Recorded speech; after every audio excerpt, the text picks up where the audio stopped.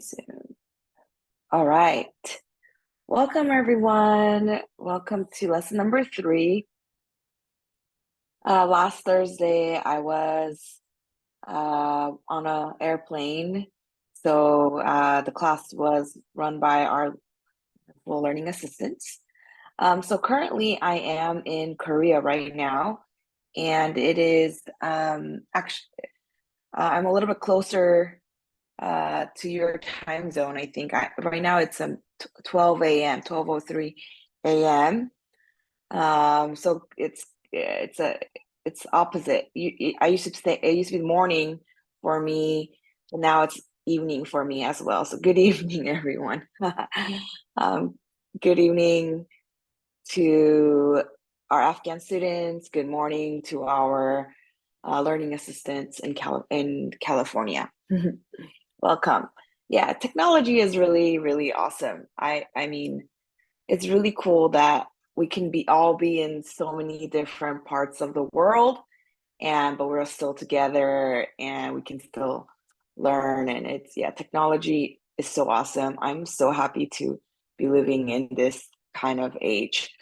So, welcome everyone. Welcome. People are still trickling in, it looks like.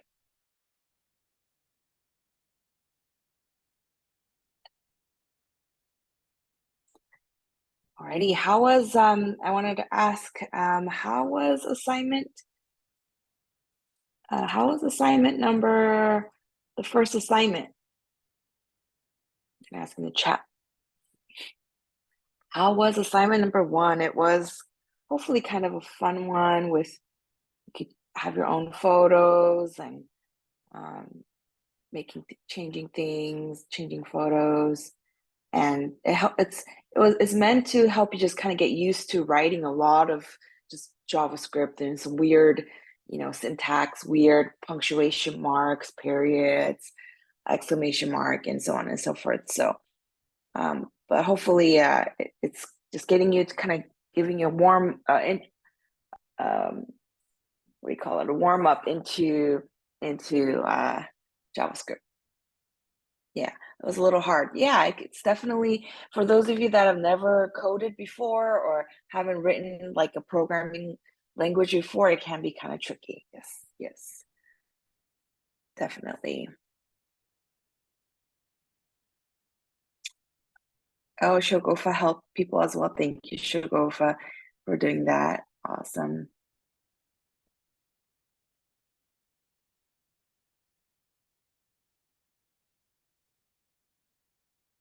It was delicious. Great.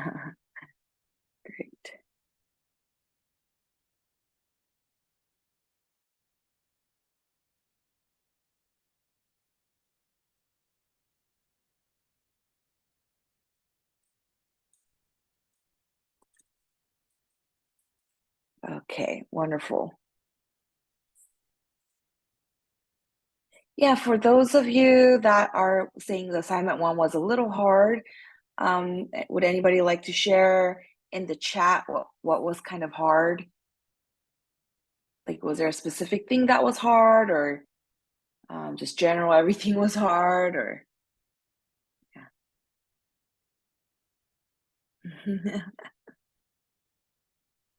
Elnaz is talking to me in Korean.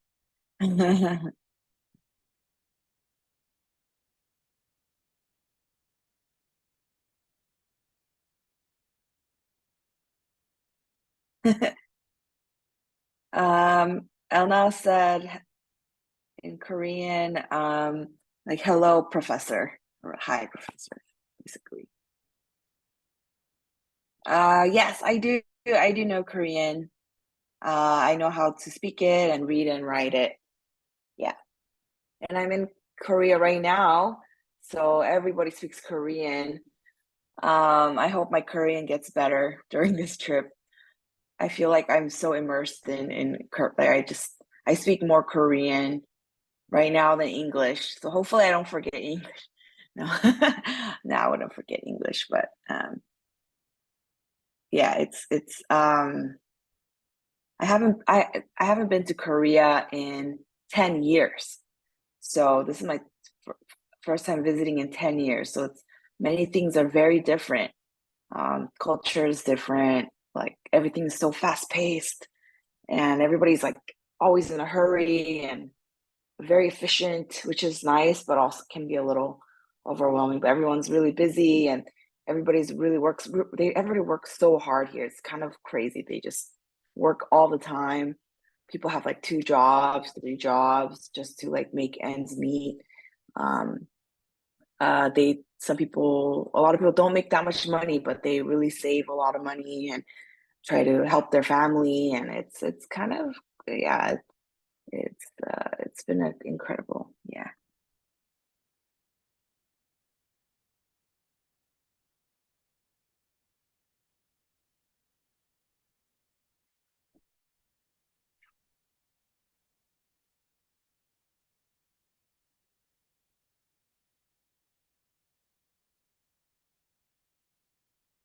Mhm.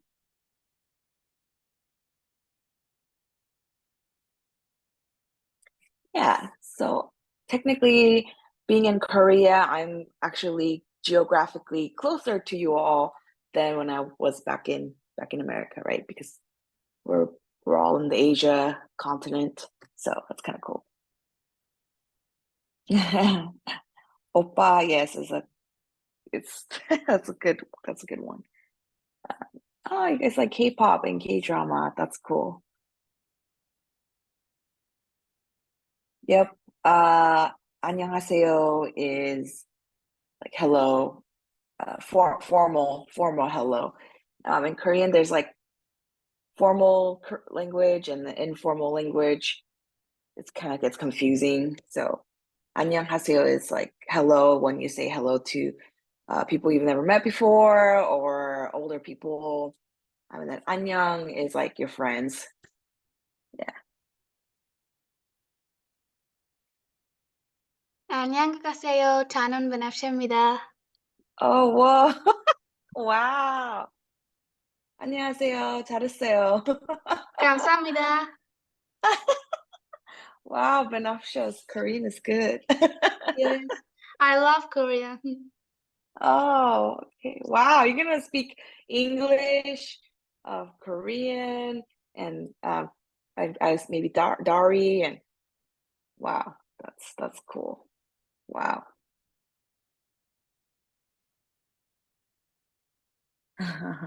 Wow, that was really good. Wow. So many so many talented people here learning all kinds of languages, Korean and we're learning JavaScript in this class too. And yeah, very talented classmates.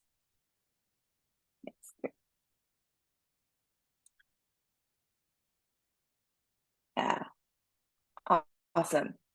Let me get let me start our actually our lesson here. I'm going to stop my video. Actually, I want to share, if you don't mind, I'll share some photos with you. So I'm in Korea because my grandfather passed away unexpectedly, and it was sad, but this is what I've been doing the last few days. Spending some time with my family. This is like Korea has like a lot of traditional things for the funeral, so that was like a thing. This is my new like cousin's baby, and this is my mom here. It's my mom. It was my mom's dad, so that side. And here's my mom, my sister, me, visiting his grave. So it's been a very, very nice time. So just sharing you some photos. This is my grandmother. She's very sick, so that's another reason I'm also here because um, I want to at least see her before, in case she also um, passes away soon. So yeah, it's been a very lovely time, and I'm so grateful that even despite this challenging time, I can still, thanks to technology, thanks to Zoom, I can still teach the class and still be with you all. So it's again, technology is so great. Yeah,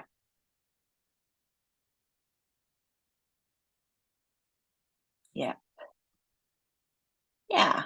So all right, so let's talk about let's talk about JavaScript.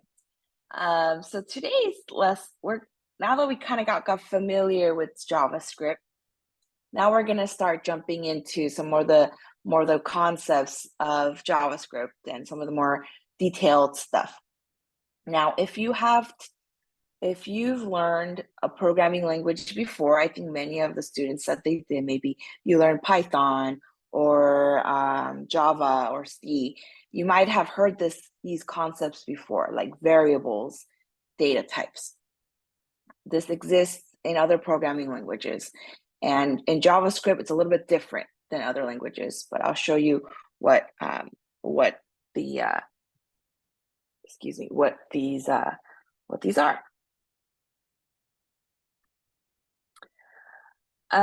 First, chat here.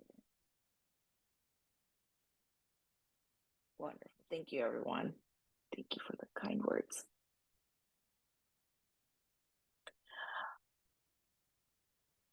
All right, so variables. Let's talk about variables. So as you write a lot of code, you're gonna start seeing some things get kind of repetitive. Like we've the document query selector so many times in the last couple lectures.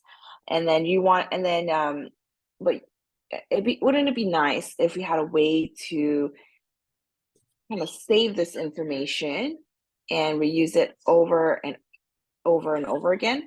That's when you start thinking like, hey, this information, I want to kind of like save it somewhere so I don't have to keep rewriting the same thing over and over again.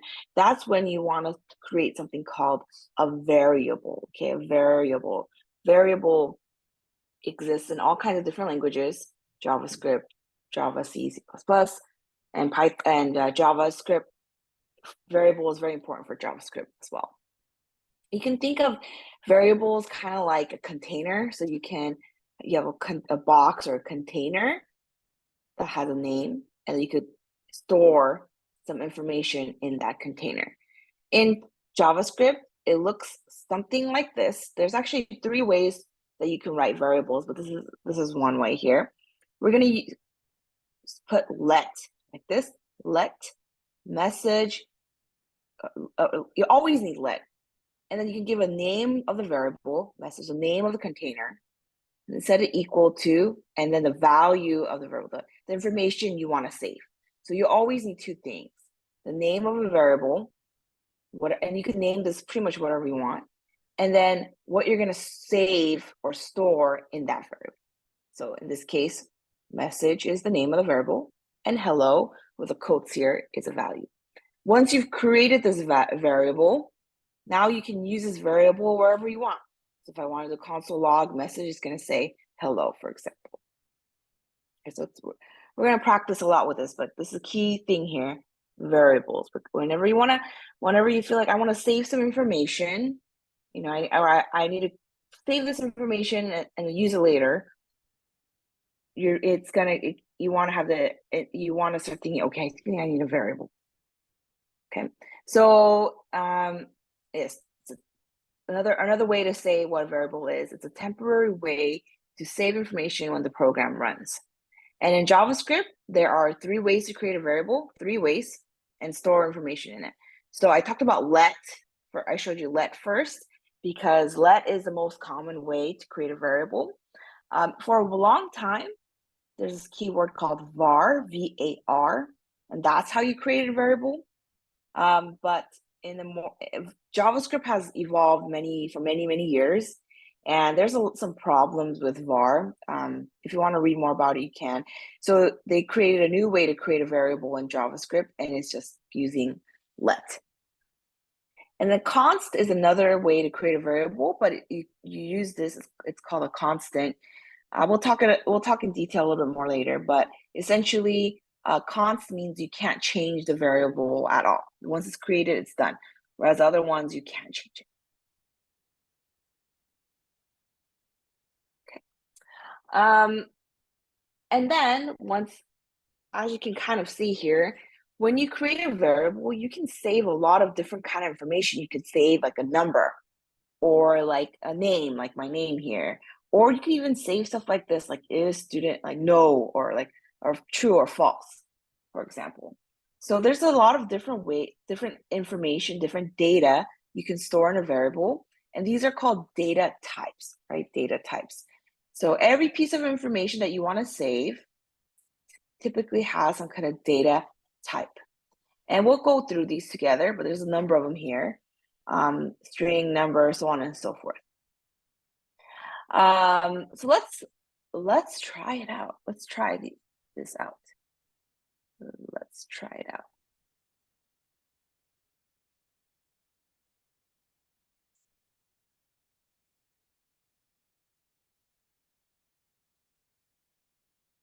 By the way, all the slides that I share, all the code that we write together in class, this is always in EdStem under our lessons, and like lesson 1 to today's lesson number 3.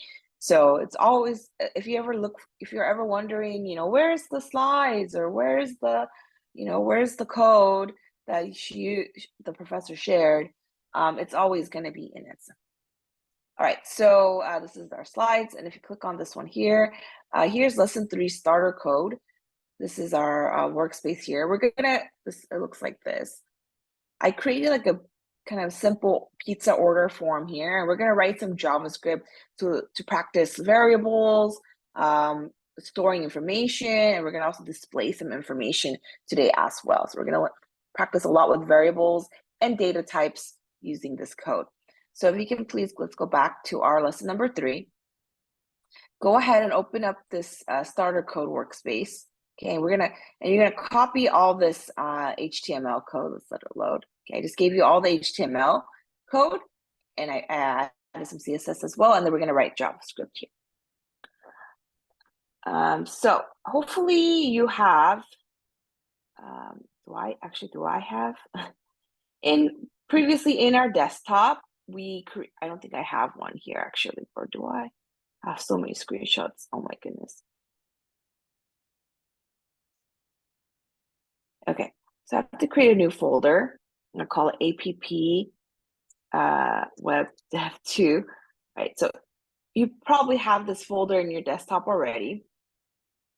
I'm gonna go to my VS Code. I'm gonna open a new window, and then I'm gonna do File, Open Folder, and I'm going to open that folder I just created, desktop web dev 2.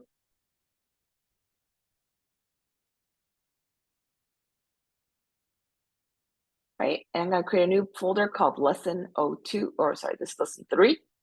And in my lesson 3, I'm gonna create index.html. Okay, so again, if you can follow along, that's the best way to learn. The best way to learn coding is to just do it, just write as much code as possible. It's like learning how to ride a bike or learning a sport like soccer or something. You just have to keep doing it and messing up a few times, and that's how you're gonna learn.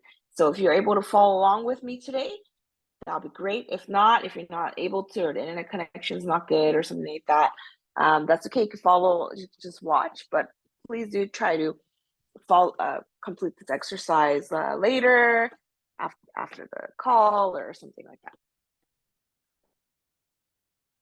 that. So I see a couple questions in the chat, but before I get to them, let me do this one more time. So first things first, in your desktop, you should have a folder called app web dev 2, something like that. And in this folder we're going to create a lesson 3 folder. And then after you create the folder, go to VS Code, file, new window, and then file, open folder, and then you can make sure you open that folder up. Now, if you already have that already in there, from lesson 1, that's fine. So you can create a new folder called lesson 03, and then we're going to copy the index from this code. We're going to Control A the code, Control C to copy, or you could also try to right click and stuff like that. And then we're going to paste it, Control V, or you can just paste it like this too. All right, and here is all the code. Okay, make sure you save it, Control S or Command S. Alrighty, and then if you have live server set up, you can right click and do open with live server, or you could click on go live at the bottom here. It's gonna start it, and then boom, there we go. We have our pizza order form. It looks just like the one on Edstem. Oh, I totally misspelled lesson. All right.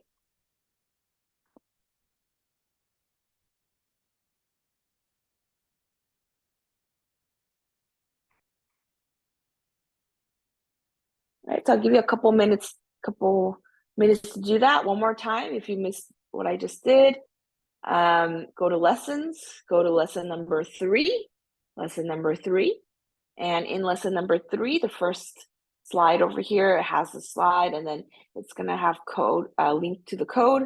So click this link, and here it is, and copy all that code.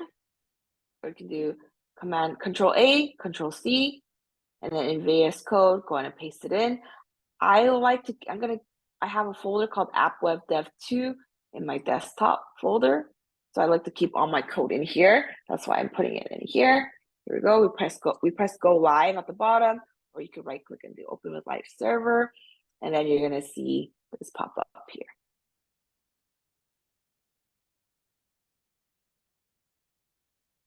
Let me know if you have any questions about that, or if you want me to repeat how to do that.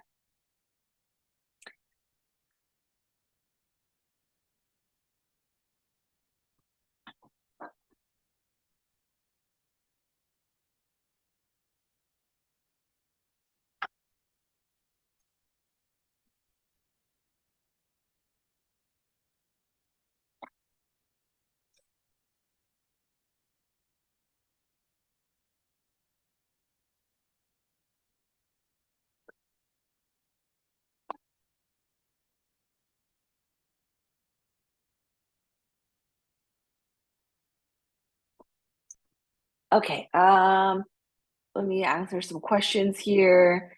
Where is the CSS code? Okay, so yeah, there's no great catch, Diana. There's no CSS code in here directly, because actually what we're using is something called Bootstrap right over here. So we notice it's linking to the link tag is to like a Bootstrap file. Now this Bootstrap file is it's the CSS framework called Bootstrap. So using this, I didn't have to write any of my own CSS. I'm using the CSS that's given to me from this framework. We'll talk more about frameworks a little bit down the line, but essentially I'm just adding some class names, and then this Bootstrap file is giving me all the CSS. Yeah, it's kind of neat. Good catch, Diana. We had a question: what is the difference between var and let? Yeah, so there's a few subtle differences. It's a little bit tedious to explain both, but essentially var is an older way of writing JavaScript, and it's the biggest difference is that var has some weird scoping rules. So if you create a variable using var versus you create a variable using let, you're going to see some different weird behaviors. So now we like to just use let for all. Yeah.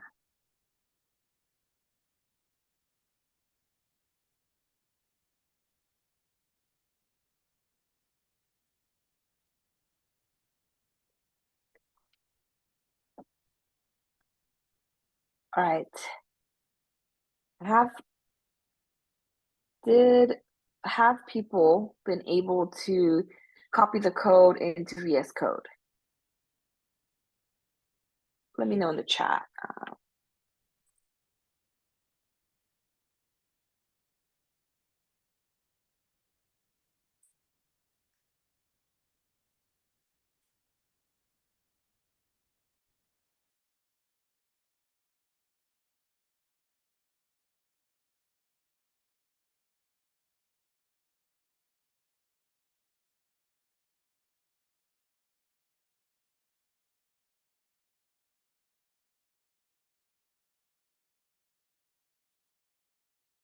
Awesome. Okay, looks like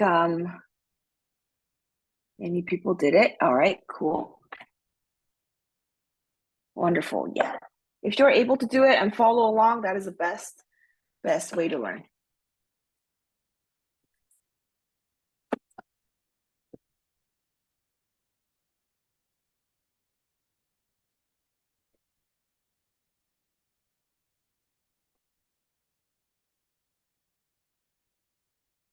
Oh yeah. And if you're no problem, if you joined with your phone, that's totally fine.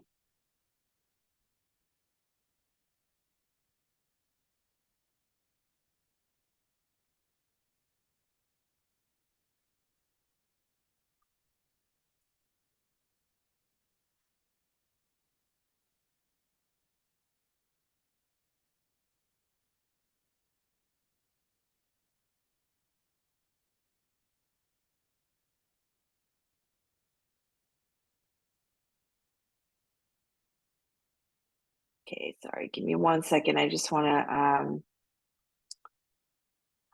I need I should all right, cool. I'm gonna just move the stuff over here.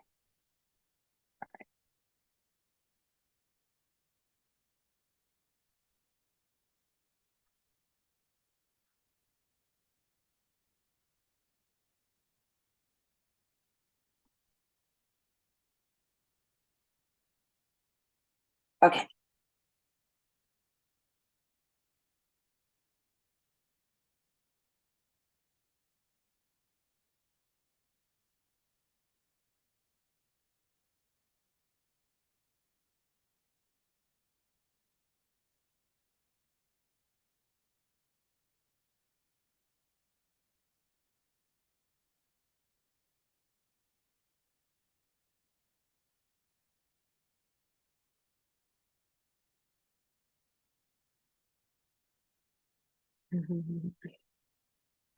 All right, cool.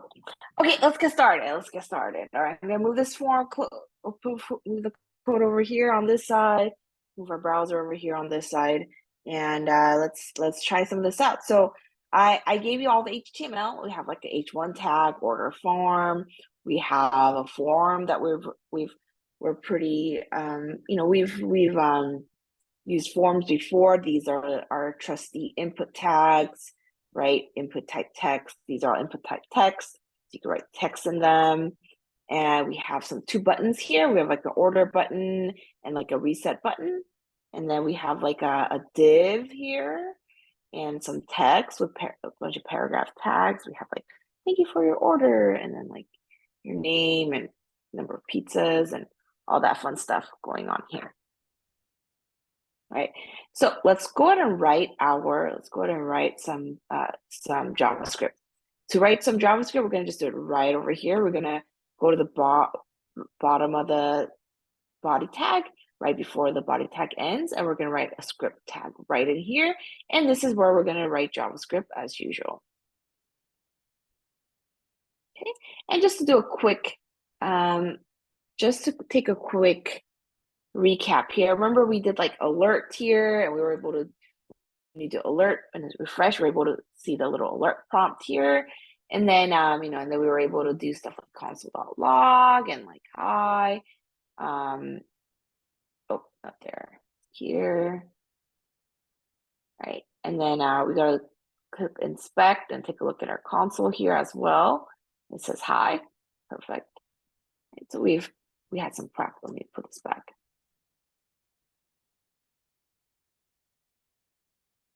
Okay, right, alert, we've practiced some of this before, and there's console. This console.log is going to be your best friend, so be prepared to write a lot of console logs. It's going to help you debug a lot of issues. Remember, if you ever have a little typo or anything like that, first thing you want to do is check the console, because console is very smart. It's going to tell you any errors you have. Like it says reference error, alert is not defined. Okay, and it actually tells you, look at your index.html file, colon, and there's a number. That number is, oh, look at line 39. Oh, line 39, that's where my error is, right? So make sure you always, whenever you're writing JavaScript and when you're working on assignment 2, and all that, you're going to make sure to open up your console so you can always see what the heck is going on.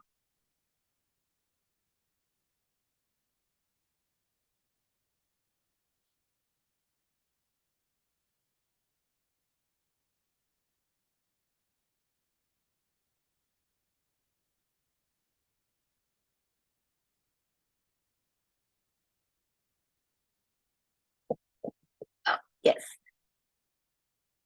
Yes, Nazifa, you can find the code under lesson number 3, and then click on the starter code here. And then thank you, Masume, for sharing. Yep.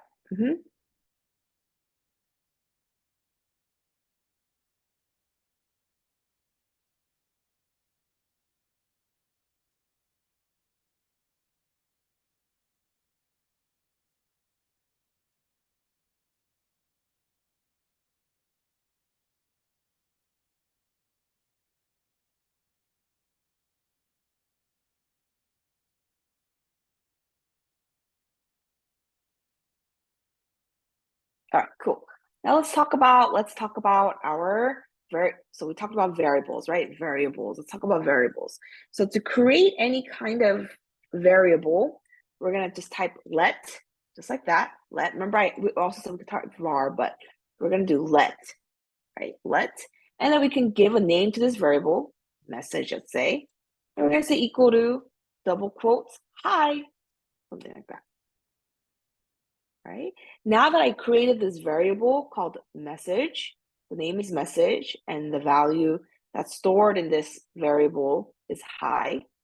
I can use this however I'd like. Now I could do console.log message, for example. Let's take a look. There it is. So console.log says hi to me back, right? If I change it, it's still there. And then maybe if I want to change the variable, I could change it as well. I could say message equals bye or something. And then if I console log that, it's going to now say, it's going to first say hi, because on line 45, at this point, at line 45, message was equals hi. So it said hi, and I changed message to bye. Let's put some comments in here.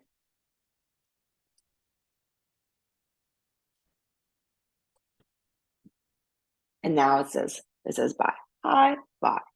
So that's essentially how you create a variable. Pretty straightforward. You have the keyword let, name of the variable equal to, and I'm using double quotes here right now. Double quotes here right now, and I'm putting some text in here. That's on purpose. We'll come back to talking about that, but there we go. Pretty easy, right? So far, pretty straightforward. Create a variable using let, and then the name of the variable. And then if you want to make a longer, you can make as many variables as you want.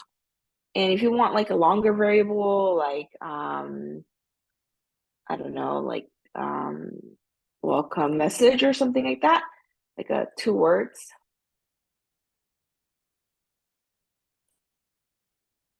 Notice that we don't put space.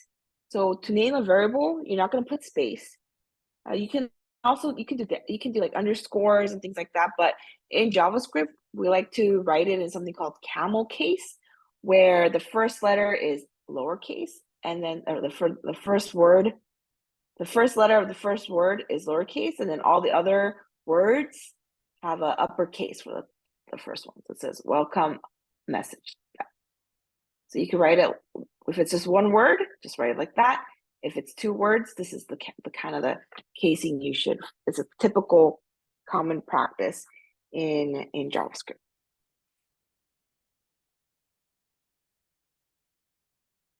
All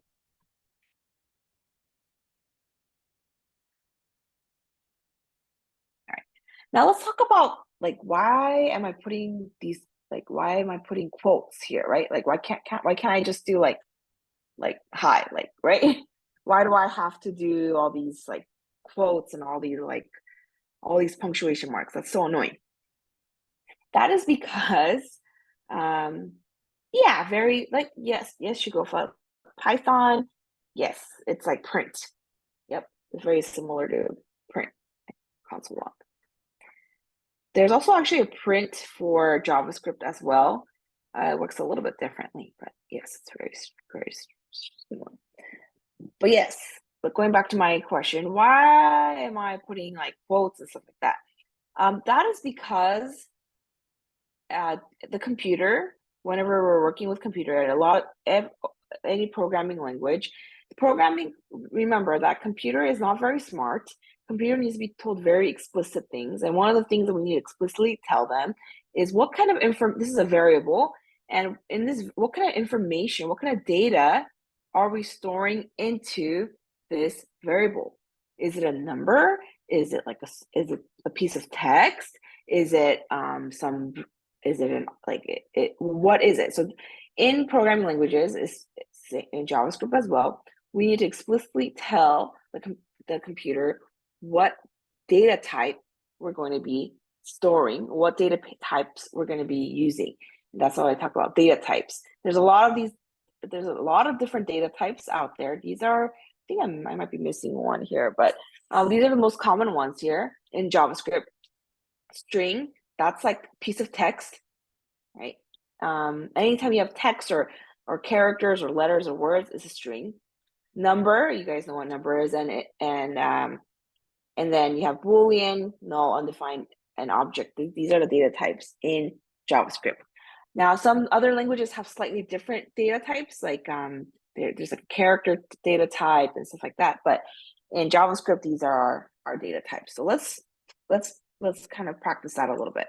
So the first thing I want to talk to you about is strings. Okay, strings is the first data type I want to talk to you guys about. We've already been using it. We've been using double quotes everywhere. We've been using it in our assignment number 1 as well. We've already been using strings. Anytime you're trying to save a piece of text or store or use a piece of text, you're using strings. So let's talk about how strings work. To create a string, we've already seen it. You know, we've seen the double quote thing. But technically, strings can also be not double. It doesn't have to be double quote. You can make it like single quote like that too, like this. Let me put some comments here. You can do double quotes. You can do single quotes. And then there's actually a third way you can create strings is using this backtick. This is a new way as well.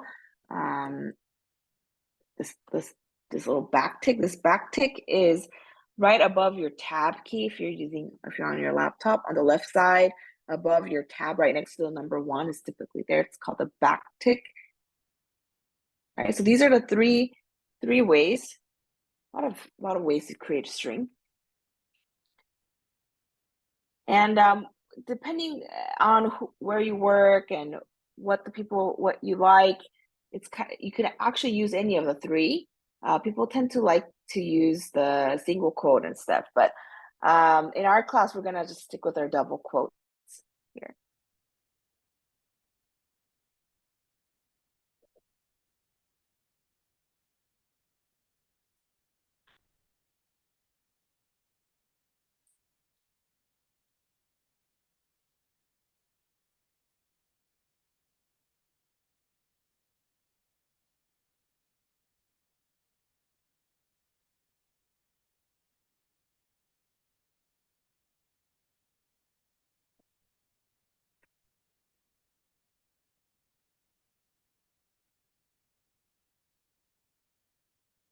Okay, and then if we've already done this before, and you can like log out any of these variables, and you're gonna in the console log, you're gonna see like red is red, for example, and so on and so forth. Yeah, great question in the chat about do we have to write console log for every line? Actually, writing a lot of console.log is a good practice, but it's you put log to see anything I logged, it shows up on this console tab here. So it's useful whenever you want to just print something out.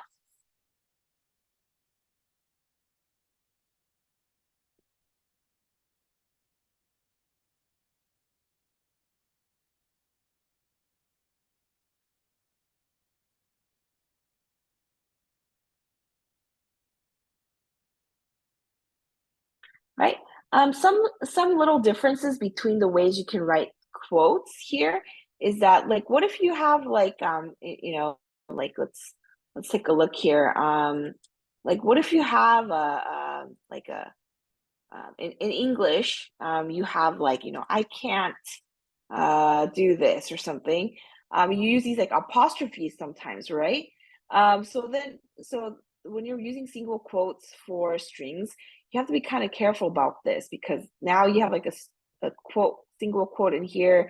So like the rest of your code kind of doesn't, it thinks the string ended here. So it sometimes like does something like this. So that's why some people like to just use double quotes because then they don't have to deal with that.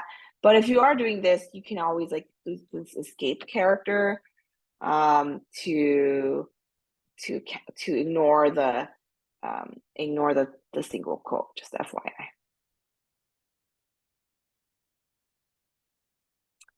Yeah, yeah. Sometimes, and then if I did this with double quotes, then I don't need to do that escape thing. So, I don't know. Choose your own thing. But but people I've seen lately, they like single quotes better because it's a little bit cleaner and stuff. But let me put some.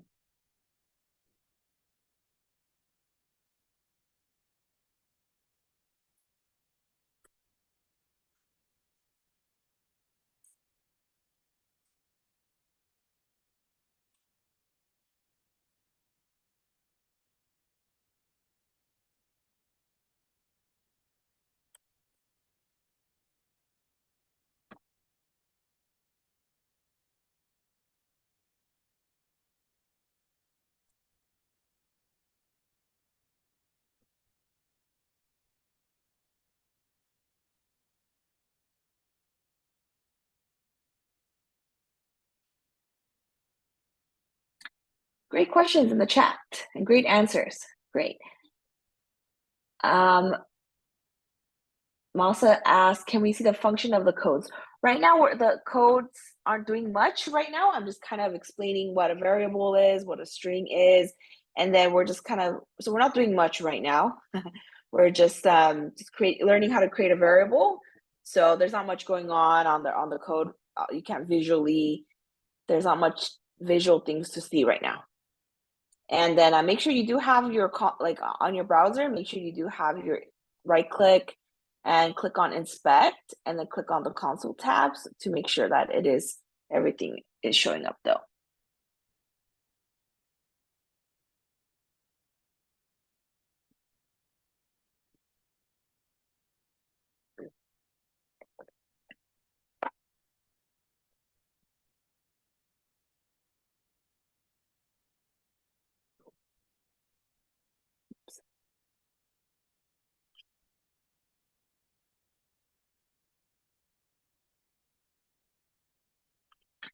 Okay, all right. Let's kind of run through this. Let's kind of I'm gonna go a little bit faster because I think I'm gonna kind of introduce you to these concepts, and at the end we're gonna put all this together in our order form. And it's gonna make way more sense when you see it in more practical application. So let me just run through this real quick. All right, numbers. Okay, so when you're working with numbers, when you want to store numbers and variables and things like that, you can just type them in. You don't need to put single quotes or anything like you can just straight up put age, and then if I console log this out, we're gonna see it show up right over here, 21. If you look really closely, it's kind of hard to tell on my screen, but numbers are actually shown in like a little blue color, whereas a string is black color. Right?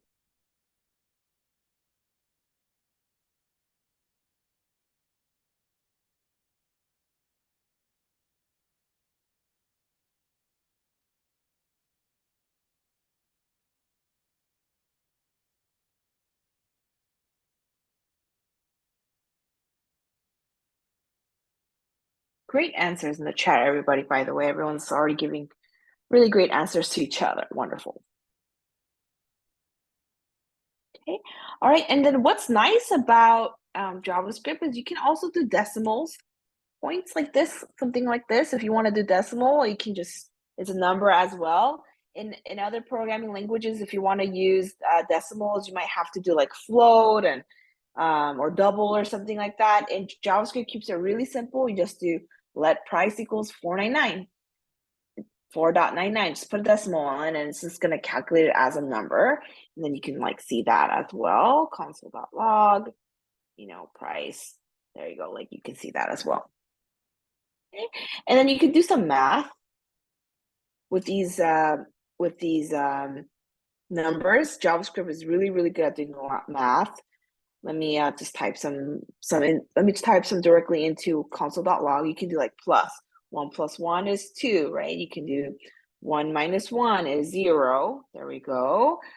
We can do like 1, like, I don't know, maybe 11 times 11. There's 121, right? So you can use these plus sign, minus sign. When you put you can do two numbers together. I mean, you could keep going. You can do like, you can have multiple things. So you can do some quick math here as well. You can do some division. Let's do some division, like 10 divided by 5 or something. We got division.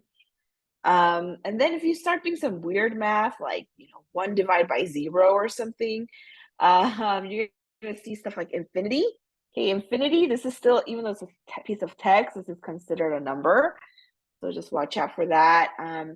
And then if you do something weird, like you try to divide a string by like 5 or something, you are going to get an error saying NaN, not a number, so something went wrong. So you're going to be seeing these kind of things whenever you're doing any math inside in JavaScript. Infinity, yeah.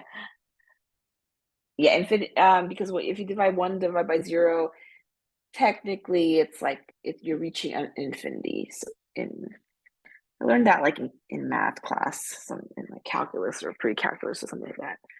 You're reaching the limit or something.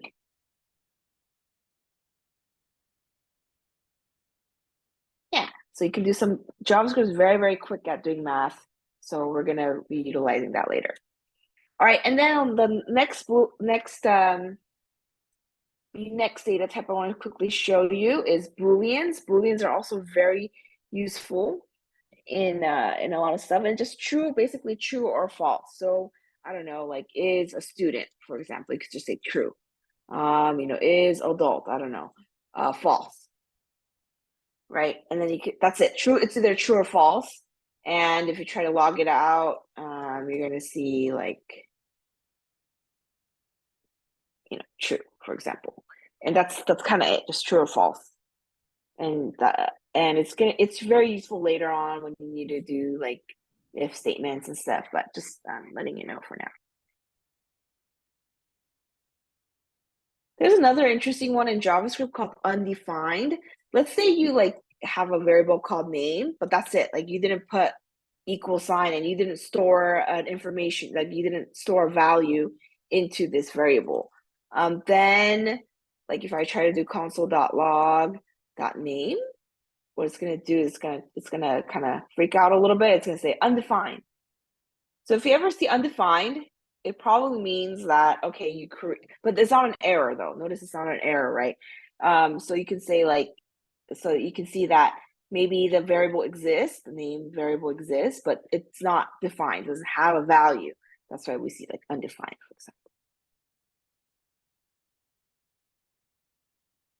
for example. Cute. Yeah, great example.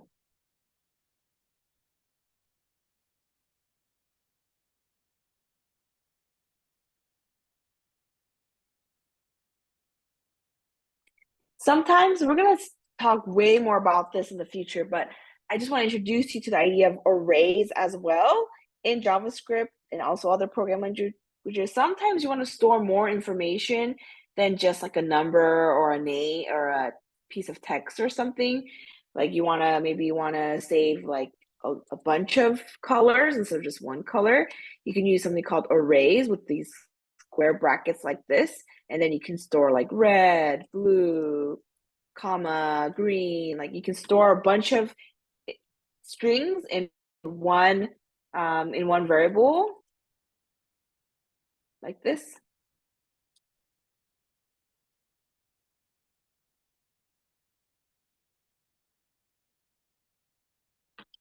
So sometimes this one is useful as well. We're going to do more with arrays in the future, but for now, I'm going to just kind of show you what that looks like.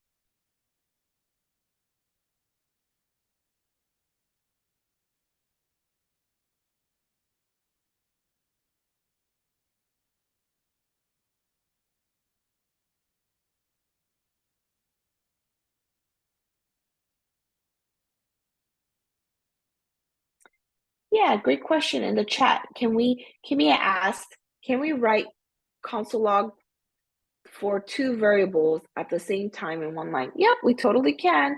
I can say console log, I don't know, what should we do? I could do like age, uh,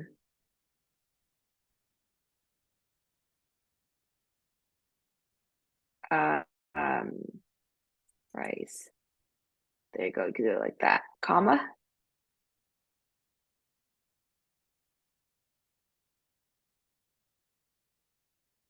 Yep.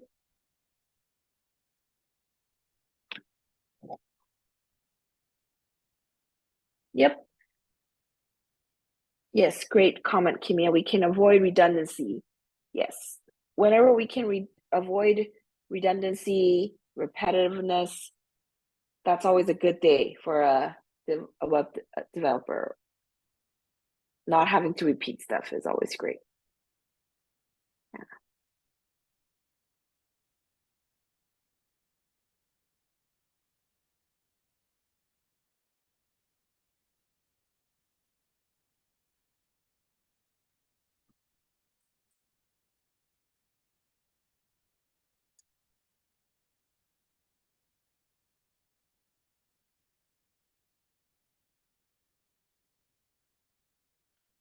We have a question in the chat, Tahara. Should we use console log before code or after? It kind of depends on what you want to console log out.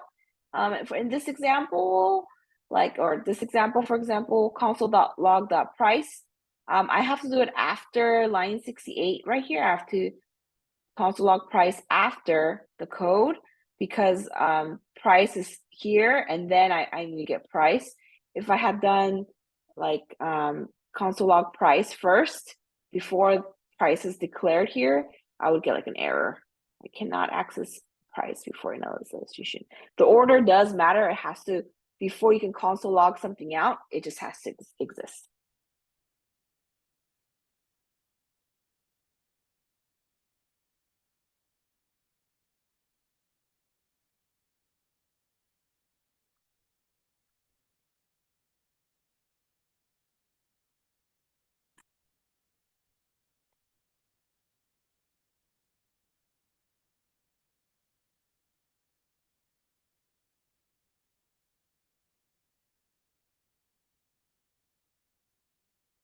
Cool. All right, so now that we kind of learned all these things, these variables, numbers, string, and all that, let's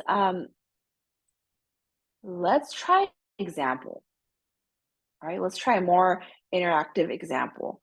So what I want to show you guys is something like this, where we're gonna make like a fake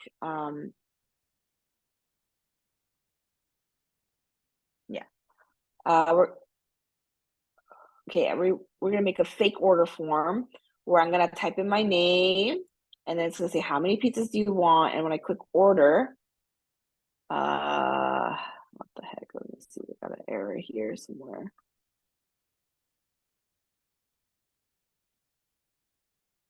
Oh, not this one.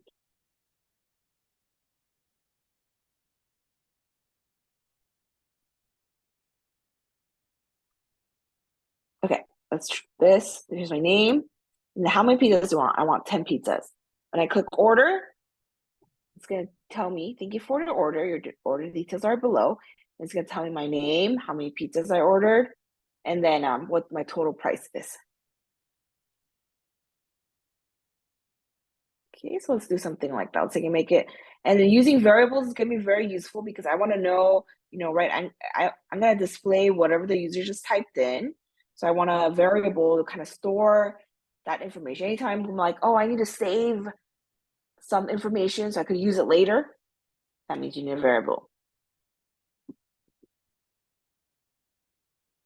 Okay, so first, let's break this down. What do we need to do first? Now let's go ahead and do our, this is an example. First thing I want to do is, before I even do anything, so I need to, the thing that's going to trigger my JavaScript code is when I click on this order button right here. So let's do an example here. When button is clicked, save the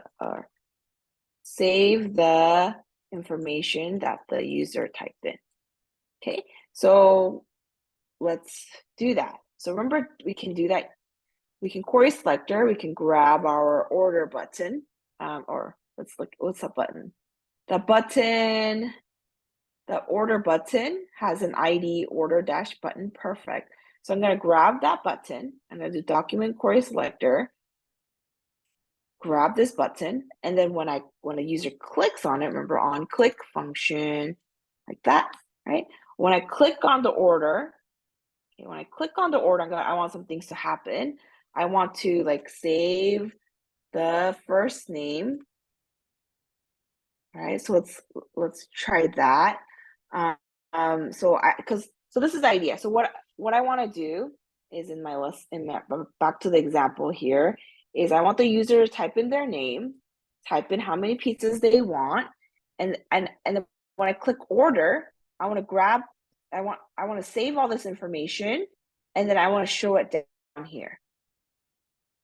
Right. So again, every time you think like, okay, I want to save some information, and then I want to put it somewhere else, I'm going to reuse that information, that data somewhere else, you need a variable, right? You need a variable.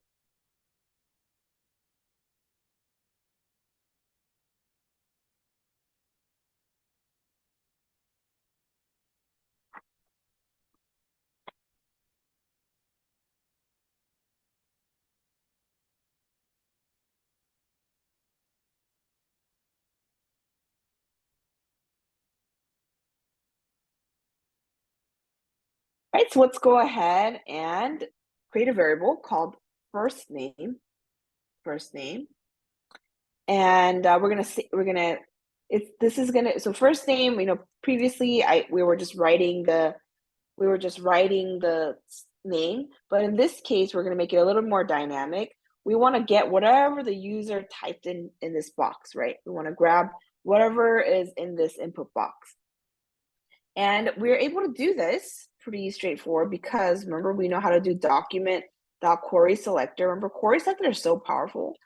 Query selector is going to allow us to grab any item in this entire HTML file, And then let's try to take a look at this.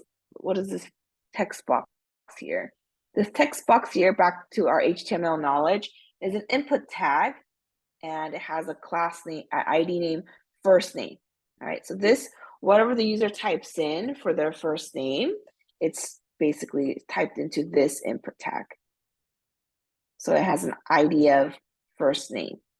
I'm going to kind of copy that and then bring it over here. We need a hashtag or pound sign for IDs. So we're going to do that.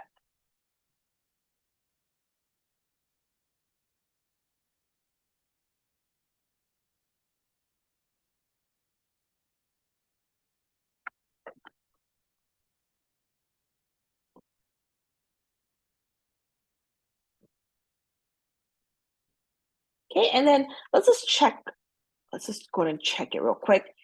Anytime you create a variable and you want to just double check that you saved the right information, you can do console.log. Let's take a look. Alrighty. So let's type in my first name. And then let's click on the order button and let's see what happens. Oh. All right, something's coming out. Oh, okay, cool. So there's my first name, and I set it equal to first name, the ID first name, and that's giving me, and I consoled it out, that's giving me this entire input tag.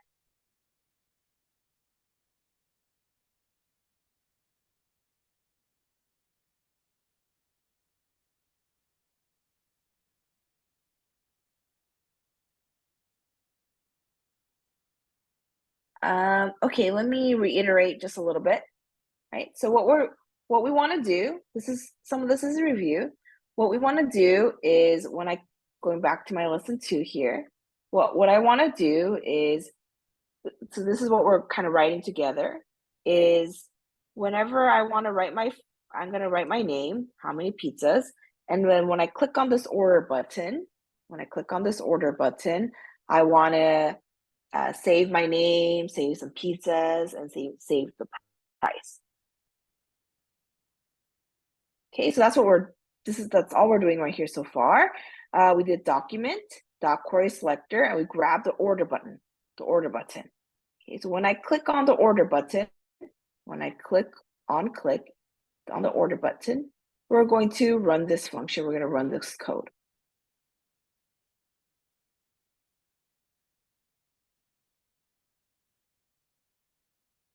Is that good so far? When I click on the order button, I want to run this code.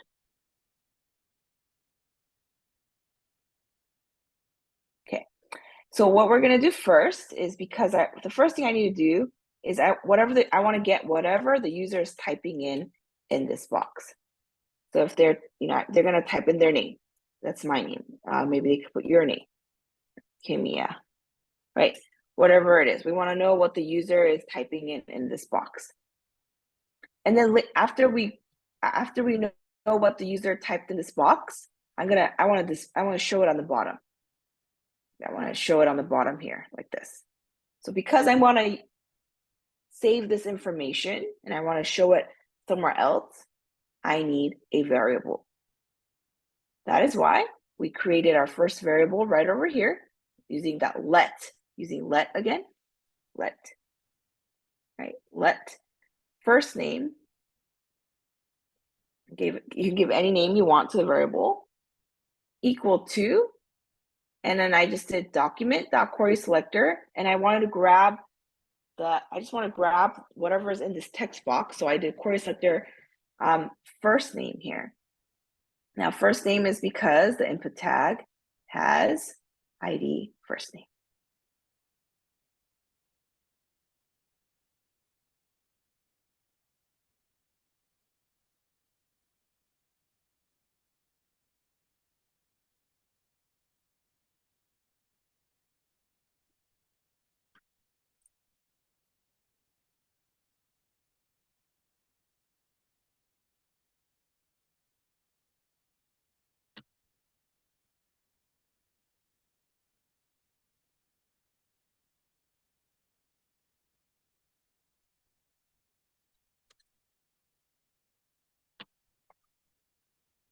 Okay, alrighty, yep, yeah, it shouldn't be running for you just quite yet because we're not done yet, right?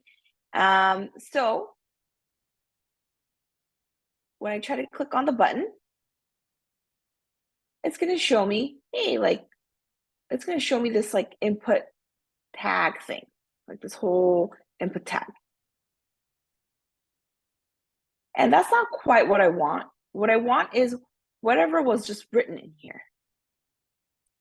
Okay. So remember with forms, remember with input types, we have these in this input tag, there's an attribute called value. Right? And value is what stores our information here. So what I can do is I can do dot value like that, just like this. My first name, okay, go get the input box, go get this input box here, and go get this input box, and we're gonna do dot value, right? Dot value. And let's go ahead and console log that out. So first name equals whatever the user just typed in. Hopefully, let's go ahead and save it, and let's go ahead and refresh. And then let's go ahead and type in my name. Okay, and I click order, and voila. Now my name is saved in the variable first name, and it's been stored in the console.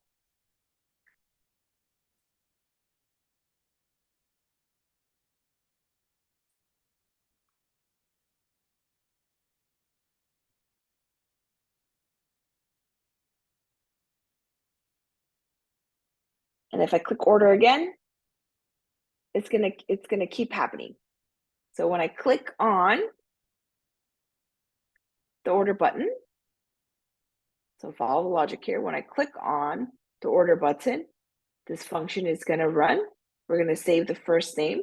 The first name is equal to whatever the user just typed up here. Big links to this. And then we can see we can see in our console log.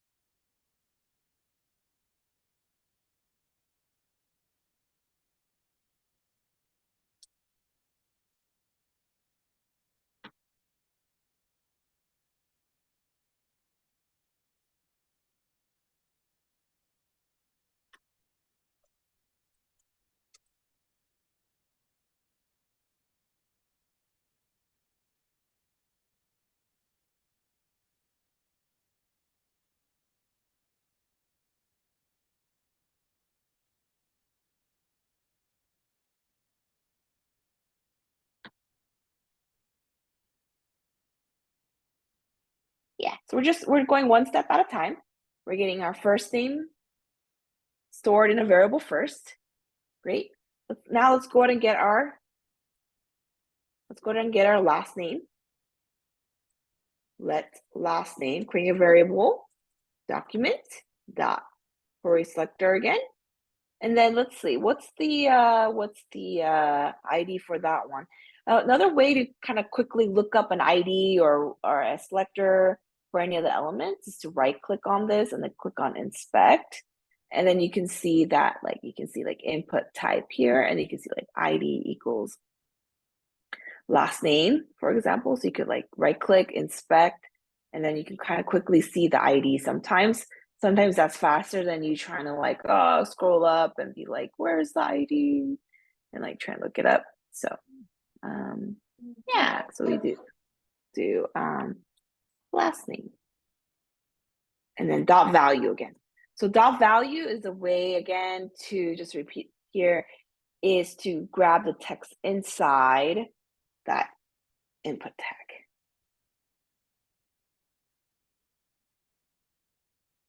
And if you want to check, you can also console log it out as well.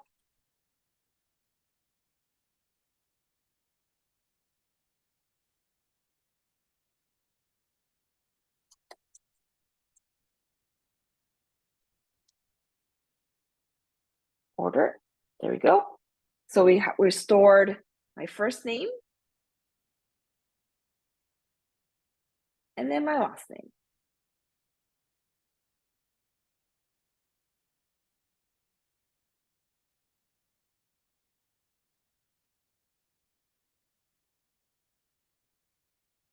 Any questions so far?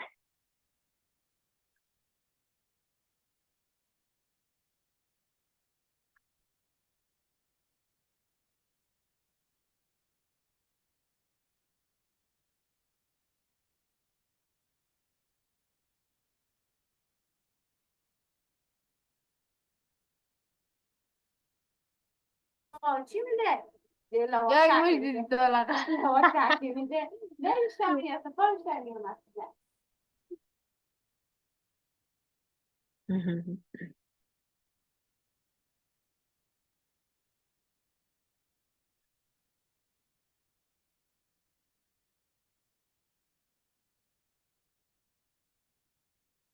Great question. Somebody asked about what about classes? Classes you can use, if we were using classes, you can use like a period like this.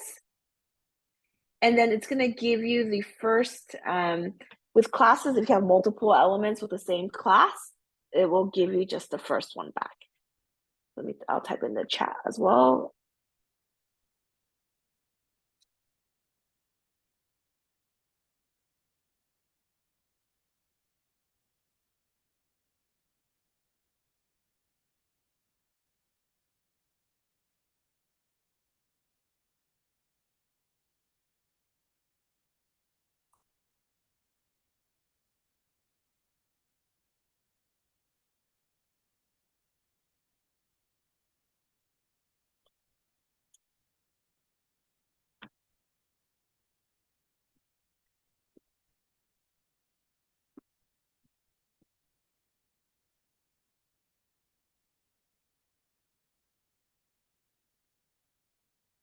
Yeah, great question.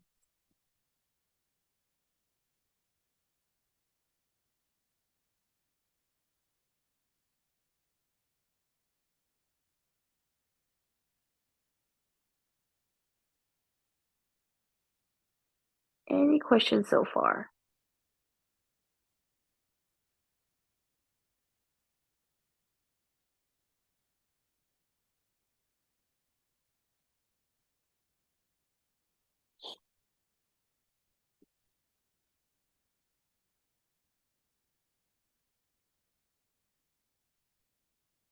Yeah, Masuma, go ahead. Thank you. Hello, everyone, and hello, dear Hello. professor.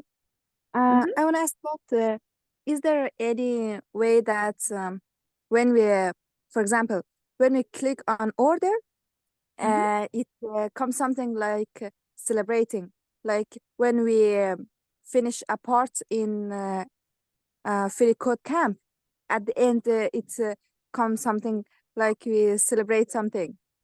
I don't know. Reach? Can I say my mean exactly or no?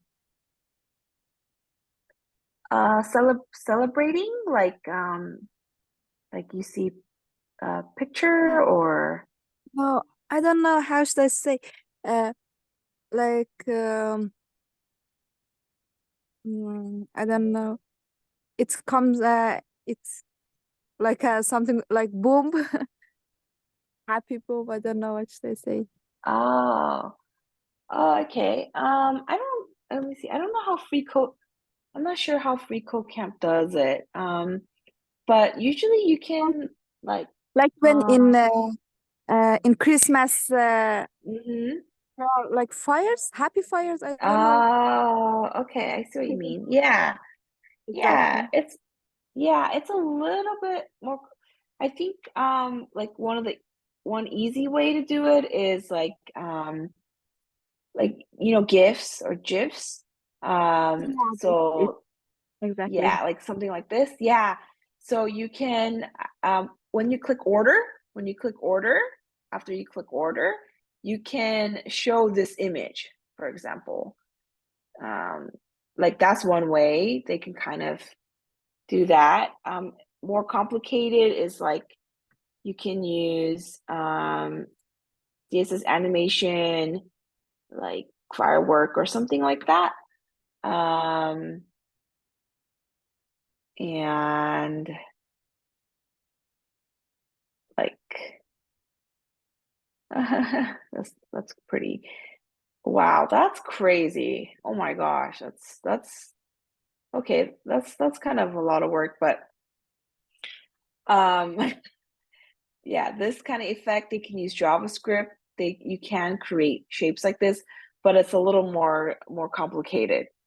But I think easier is like you can add a picture. Um yeah, yeah. The animation stuff is usually a little bit more complicated though.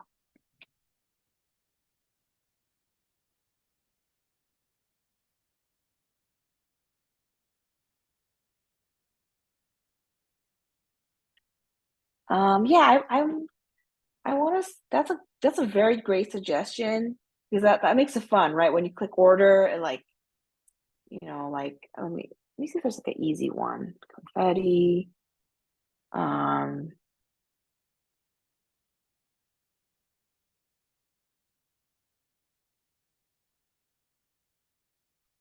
Oh, kind of like this. Yay! Yay! Yay! um. Oh, they have. It's like a package. Yeah. So this is like it's a little more complicated. So it's not just like we can't just write like one or two lines of code, right? We're gonna have to like yeah make it yeah make I don't know if there's like a really easy way. Yeah, I think it's a little hard. Like you have to create rectangle, you have to create maybe yeah you have to like create all these like shapes using CSS. Oh yeah, there you go. Yeah, it's possible. It's definitely possible. Just a lot of steps. I'll go ahead and add. Yeah, great question though. Yeah, yeah.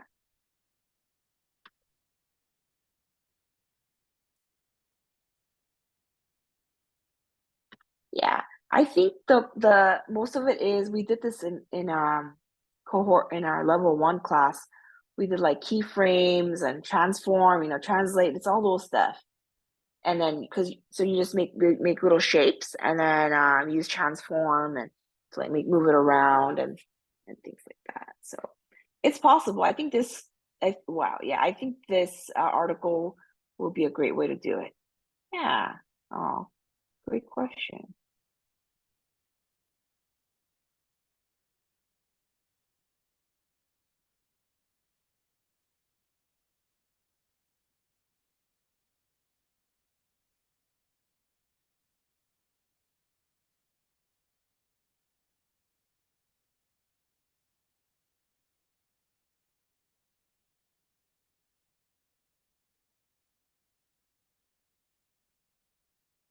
We got a question about saving the info. So for right now, we're not, when I'm saving this information, it's a very temporary thing.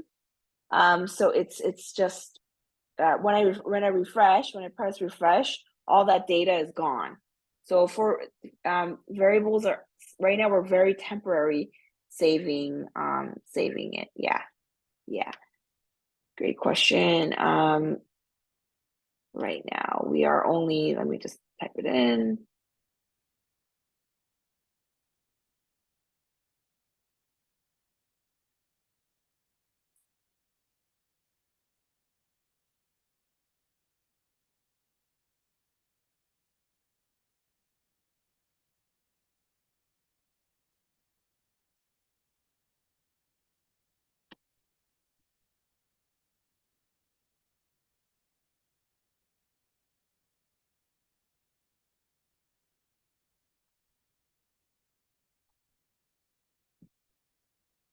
Okay, it's already, wow, time flies so fast because we have so much fun together.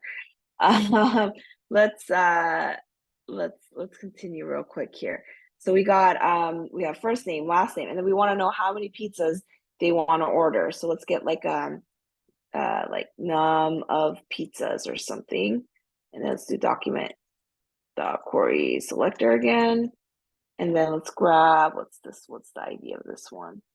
This is ID QTY.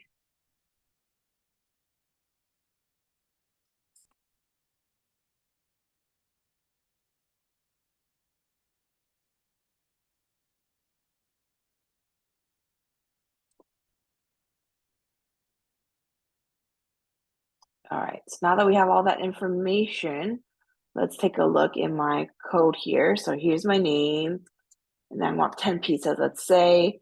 All right, cool. We have all the variables already. We got Nyan, Kimball, everything. All this information is now saved in our variable. Awesome. Now that we have all this information saved within our code, now I can display it. Now this is the fun part. Let's go ahead and display all this info.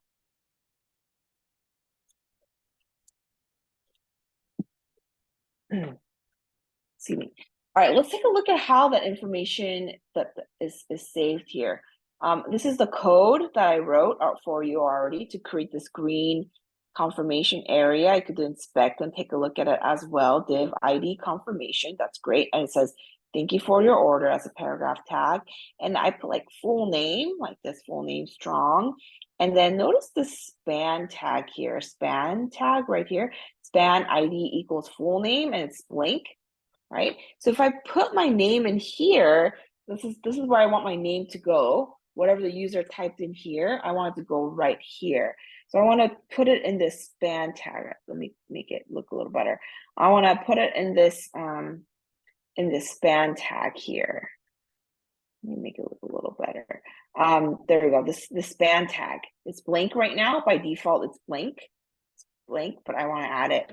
I want to add it in here. So span ID has an ID full name. So what I'm going to do is we're going to do document dot query selector all the time. And we're gonna grab that, what was it called again? Shoot, ID full name. Okay, full name. Dot value, or not value. I want to add it. This is not an input tag. I just want to add text. It's going to be text content. We've done text content before, and we're going to change it to whatever. We're going to set it equal to whatever the user gave us, which is stored in a variable called first name. Very convenient. So then all I have to do here is simply just say first name. All right, so let's try and save that. Let's refresh. Here's my first name. Order. Ooh. It's shown right here.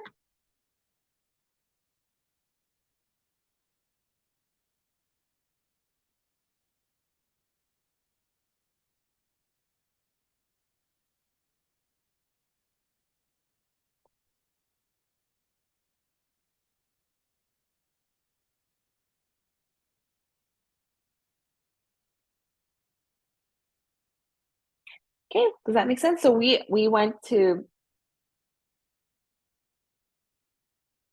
have a paragraph tag, I have a strong tag, I have the span ID equals full name right over here. So I'm trying to, in the span tag, I'm giving my name. So I grab my span tag has an ID equals full name dot text content. Remember, anytime you want to add text to like a div, like any tags, like div tag, p tag, whatever h1 tag, it works for all of them. We're going to do dot text content.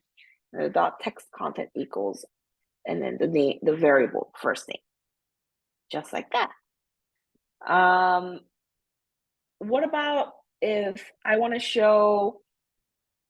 Right now it says full name, right? So I want to show my last name as well. If I click order right now, it's not going to show my last name.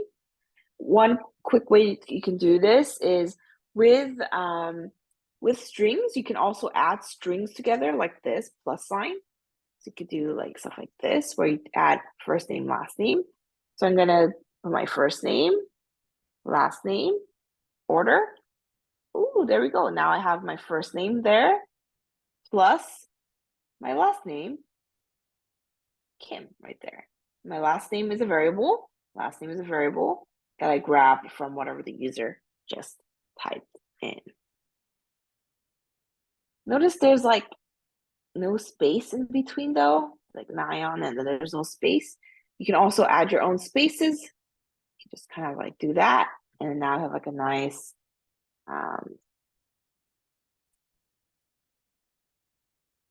space in between.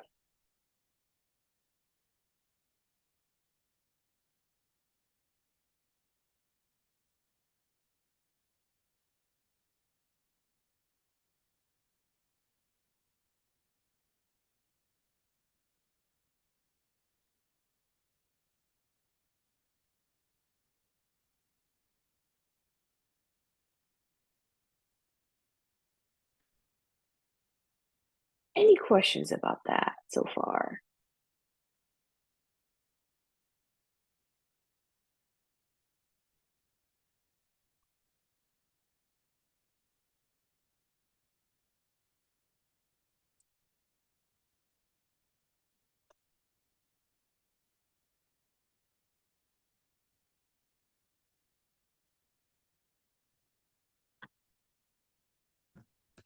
Teacher, Yes. first name and last name have the same ID? Nope, they have different ID. First name has a first name ID. You can kind of look at it like this. But you just select Yeah. full name, full name. Yep, full name is right over here. Full name is, so right after the strong tag, I have a span, the span tag has ID full name. So what I'm doing here is I'm gonna grab the span tag here, and by default, if I refresh, Right now, let's do a refresh. My span tag here is empty, span ID full name, and there's nothing here, right? But then when I type in my name and I click order, ooh, this code, what it does is it adds it grabs it and adds text to that item, to that tag, and I gave it my both first name and last name. First name and last name are variables that I stored in the earlier.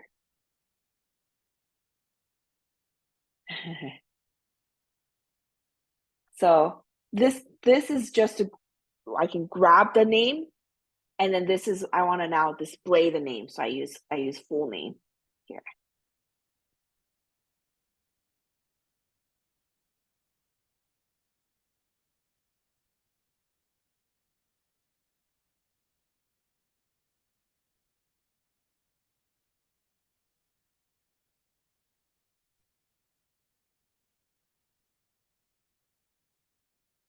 Yeah, great question. I am still confused about the green box at the bottom. How can it take name and full name after clicking the order button? Yeah, great question. So so let's look at the green box. So I kind of gave you some of the HTML already. This is the green box is this entire div ID equals confirmation. I have a thank you message here, and then I have a p tag right here, and I have a full name strong, it's bold right here, and then I have a span tag here called span ID equals full name, and notice that it's blank, okay, and it's just a span tag. This could have been this could also be even a p tag even. It doesn't really matter, just an empty tag. It's an empty tag, and there's nothing in here. ID equals full name. All right, so by default, when I refresh the page, there is nothing in my span tag. It's empty. Okay, but my span tag has an ID full name.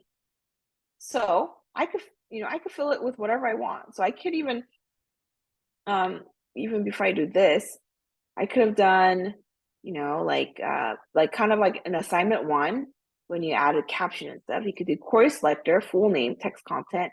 I could even just put hi like that, for example. And if I did hi, I click order and it says hi. Right? So full name dot text content allows me to change the text of that span tag. Yeah. So I'm going to set it to whatever I want. Hi, bye, whatever. But instead of me setting it to like a piece of text, I can set it to a variable.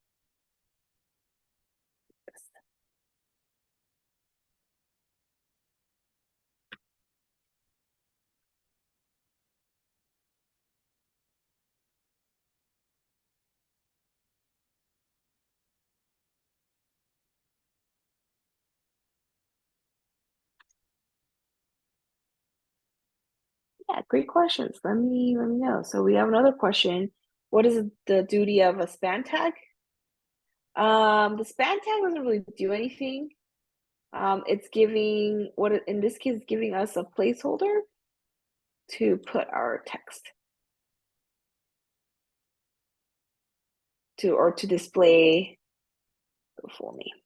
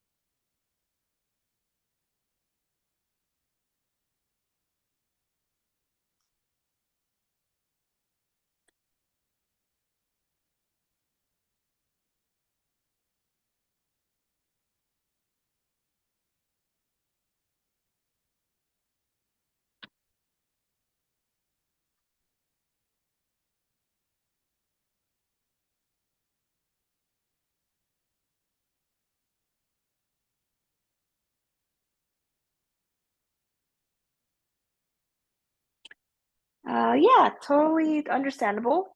A lot of new stuff here going on. Totally fine. That's why we're gonna have, after today's class, you're gonna have a lab that you're gonna work on, lab number 1. So with free code camp, hopefully you get some more practice, and then we just keep practicing until things make sense. Yeah. Let me go ahead and show the number of pizzas as well. So let's look at the number of pizza here. So number of pizza this is my strong tag, number of pizzas. And then I have a span ID equals pizza. It's also blank. There's nothing in there right now by default. So I'm gonna go ahead and document query selector. Comment that out. What is it? Pizzas. Okay, dot text content equals. Where did I say that? Num of pizzas. Okay, because I saved the number of pizzas in the variable.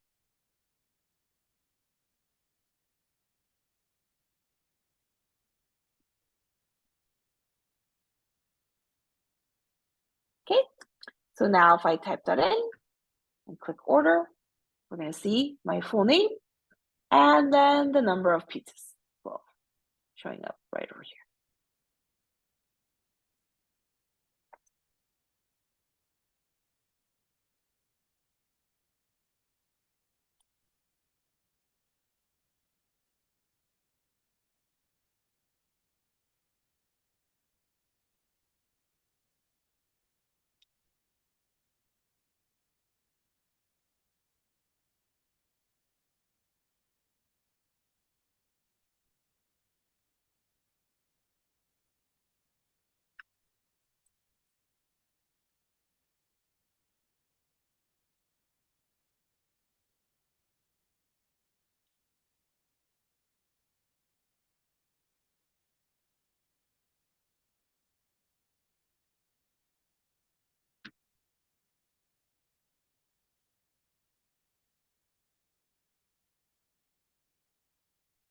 Alrighty, I guess we will pause here.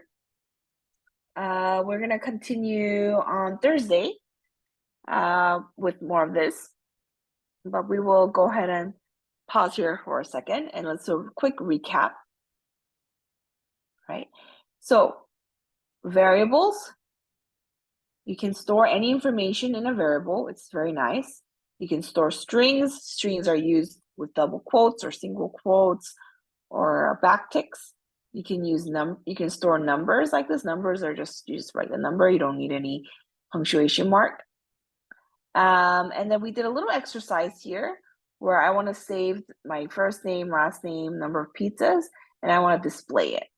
So when the user clicks order, we're going to save the first name, save the last name, save the number of pizzas that they gave us. Great.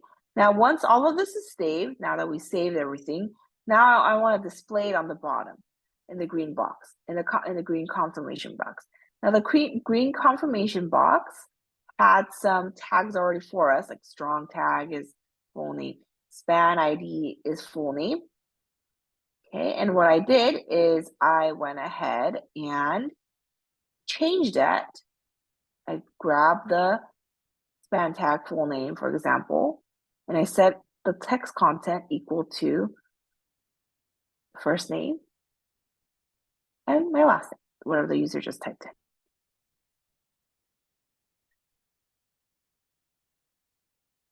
in. Okay, for those of you that want to do the totals, all right, we can do the total as well. Okay, let's do that real quick.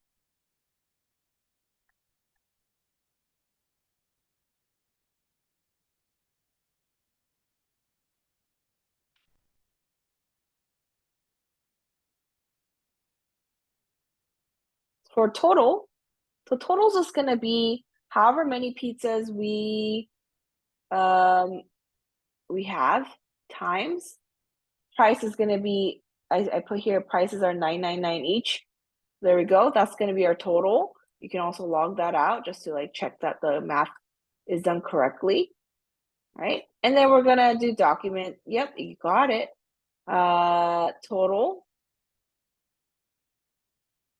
Nice job, Milad. Awesome.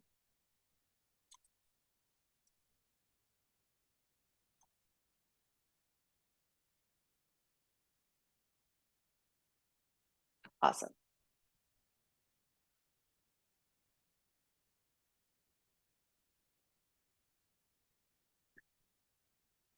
We will do a little more practice with this. We'll continue on Thursday and we'll do some more practice with this.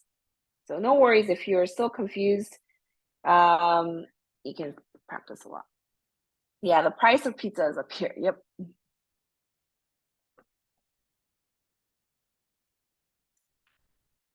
Okay, let's go into breakout room and you can practice some of this. So you have a lab. I don't have assignment 2 yet, but you do have a lab, your very first lab. And we're going to continue with free code camp, just like we did in level 1, because it's just a really great way to practice a lot of things and it gives you feedback very quickly. So please make sure you log into free code camp and then click on the JavaScript algorithms, data structures. And then you're going to work on this very first course here, learn basic JavaScript by building a role-playing game. And you're going to go through some steps. You're only going to do steps 1 through 35. Steps 1 through 35. It's also listed in here.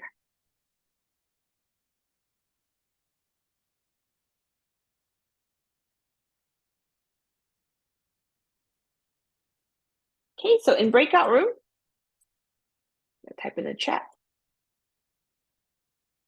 We will go to breakout room.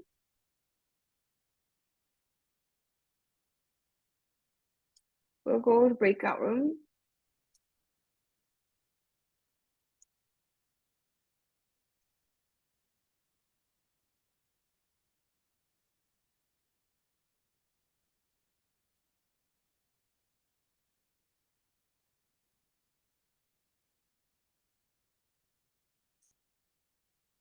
Okay, we're only going to be there for about 15 minutes, so not a long time, but hopefully it helps you get started. And then our learning assistants are going to quickly, briefly show you what to do, and you're going to work on it for like 15. It's not, yeah, I know today was a long lesson, but it's going to take about 10-15 minutes just for you to kind of get used to it, and then and then that'll be it for today. Yeah, let me get you into breakout rooms.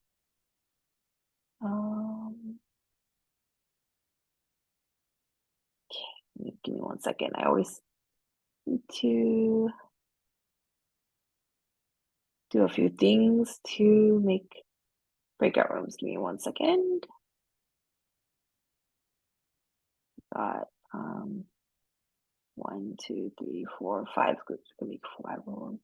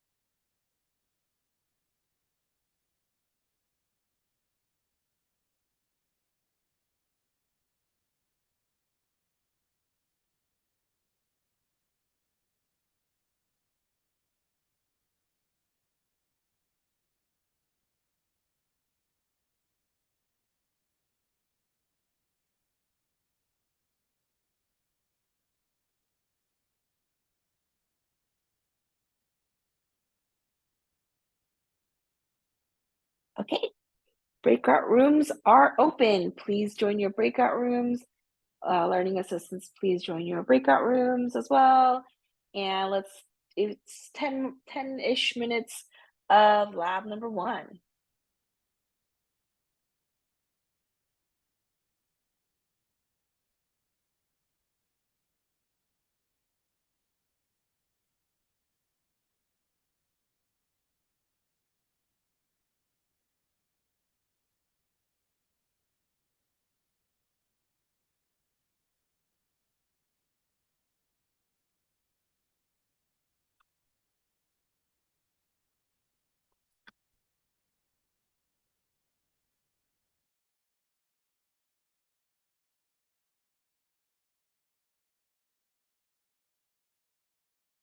Welcome back, everyone. Welcome. Some people might still be in the breakout room. Hello again. Yes, hello again. Welcome back. Yeah, I hope you got started on the free code camp exercises. Yeah, and then so that's your lab one. The lab one is due before you come to class next on Thursday. So please do work on them. What's nice about free code camp is it tells you right away what's wrong, so you can, it's kind of nice to get feedback right away. So make sure you continue working on that. There will be an assignment too that's going to be due next Tuesday. I'm still kind of finalizing that, but it's going to give you some more practice. And then hello everyone. And then on Thursday we're going to continue talking more about we're going to just review some of the stuff we learned and introduce a new topic. So yeah, JavaScript can be tricky, but I hope as you get more practice, it's just going to make more sense that the more you try it. Please keep asking questions. I know we saw some questions. People have been posting questions on EdStem. That's great. Keep asking questions. Don't forget about how there's office hours that you can also attend to get some additional help outside of class as well. So that is all for today. It's already, we reached the end time already. Time goes by really fast in this class. I hope you have a great rest of your evening, morning, and I will see you all on Thursday. Yay. Bye, everyone.